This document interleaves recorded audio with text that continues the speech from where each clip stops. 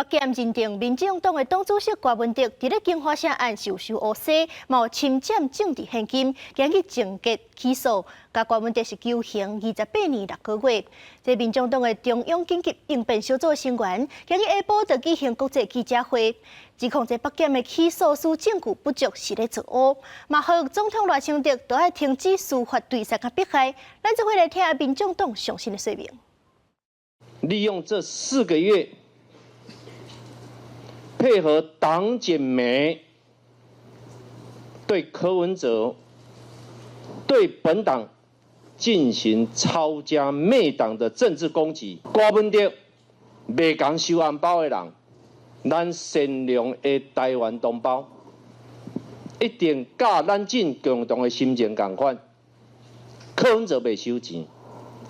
柯文哲一定会无罪倒转啊！一定要维持司法的公平甲公正。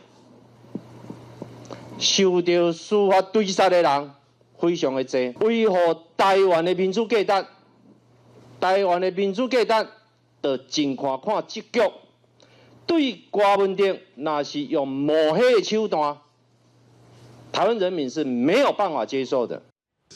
民众党指出，北检的起诉内容根本就无法度说明郭文哲乌西1500万的时间、地点也有金流，认为讲北检是用无清楚的文字、无充分的证据，就甲郭文哲起诉。民众党嘛批评北检是政治办案、政治操作，把这政治的恶手存入司法，因是诉求爱公开审理，甲郭文哲放出来。民众党嘛呼吁社会都爱相信郭文哲是清白的，伊嘛相信郭文哲会无罪倒转来。